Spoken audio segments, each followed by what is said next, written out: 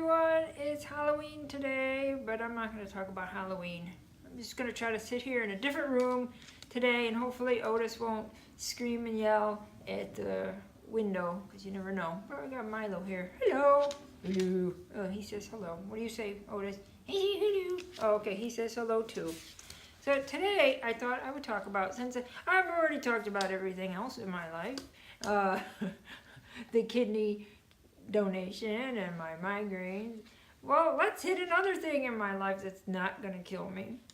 It's Tourette Syndrome. And some of you might know that I have it, and some of you might not. But it's not a scary thing, but it is an interesting thing. And when I was very, very young, I remember being in kindergarten and remember getting these things. I didn't know what they were. Found out that they're tics. And I remember talking to my pediatrician, who we don't have fond memories of this man. And I said, I get these things where my head and my shoulders and everything kind of move, and I don't know what it is. And I said I was scared by it. And what he said to me was, well, you don't have a brain tumor. The story of my medical life. And yes, obviously that's a good thing. But he never investigated why this young child was having these problems. Then of course we know, so I was maybe 5, 6. When I was 7, I started to get the migraines with aura. And it wasn't hormonal, it's just my genetic makeup. And they find out now that children with Tourette have 4 times greater chance of developing early migraines, especially migraine with aura. So there you go. So I went through, and the tics got worse and worse. I would have them several times a day, all day. And I remember one of my siblings said to me in high school, because I was ticking, she said, "Stop doing that." And I looked at her and I said, you know, I can't help that. It's something that I can't really imitate. It just happens. My family knows what it looks like. It's my left shoulder jerks up, my head moves to the side, my eyes close, and I gasp. It's all at the same time. That is my particular tic. And when I was, I think in maybe undergrad, I also talked to a doctor, and I explained what was happening, and the doctor said to me, well, you don't have a brain tumor. But as I said, I didn't get any answers. I want to know what was going on with me, because it was disconcerting. It was embarrassing at times when you're sitting there, say in class or some social gathering, especially the lunchroom, and you're doing this and you can't help it. And the thing is, you feel it before it happens.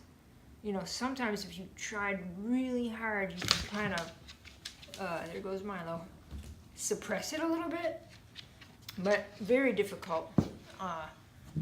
And it wasn't until 13 years ago I was talking to my neurologist, and I mentioned that I had these movements. And she did not say to me, at least you don't have a brain tumor. She said, let's look into what this could or could not be. It sounds like Tourette Syndrome, because the tics had been happening since I was about 5 or 6 years old. They never stopped. And it was a combination of a physical movement with a vocal movement. So the tics, you have to have them a minimum of a year, and it has to be a physical movement and a vocal movement. So I went through all these blood tests. I had an MRI with and without contrast. I had the EEG, the electroencephalogram. And that I hated that the most. I've had MRIs before. Give me some Valium, I'm fine. Actually, I went through an MRI without Valium for the first time not that long ago. So the EEG was the worst because they put all these things on your head. They made me lie in bed or like go to sleep. I was like, I can't sleep. And then they get you up and they take this strobe light and they stick it about a foot in front of your face and they flash this strobe light in your face trying to set off seizures or something, I don't know. And so everything checked out fine, except for, the thing I have in my brain is just a vascular thing, and the little white lesions in my brain that migraine people get. But there was no other reason that I would be having these tics.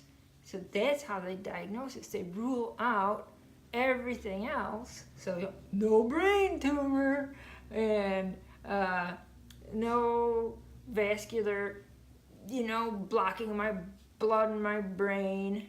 And it was kind of a relief. It was one of those, when I finally got the diagnosis, it's sort of like, okay, I'm okay.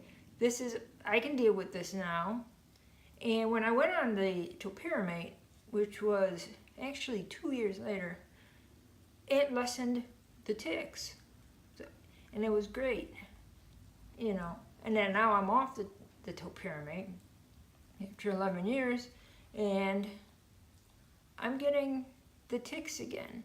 Now, they get better as you get older. That is one thing that's actually happened. My migraines haven't gotten better as I've gotten older, but the tics definitely have lessened. And it's interesting. So, it's supposed to be one of the most commonly diagnosed things for children, more often in males than females. Of course, the only other person I knew with Tourette's was a female. So, kind of strange. And you can have all different other things that kind of go along with it. But for me, I have anxiety. I get panic attacks. I definitely have some interesting quirks. I used to be very germophobic. I mean, severely germophobic. That's lessened. So that's a good thing. And, things just go hand in hand. Am I healthy? Yes, that's a nice thing. This is not something that's going to kill you. Some people, of course, as you see on TV, have very severe form where they have very complex tics and they make all sorts of embarrassing noises. I'm sure must be embarrassing for them to be in public. And other routines that they have to go through.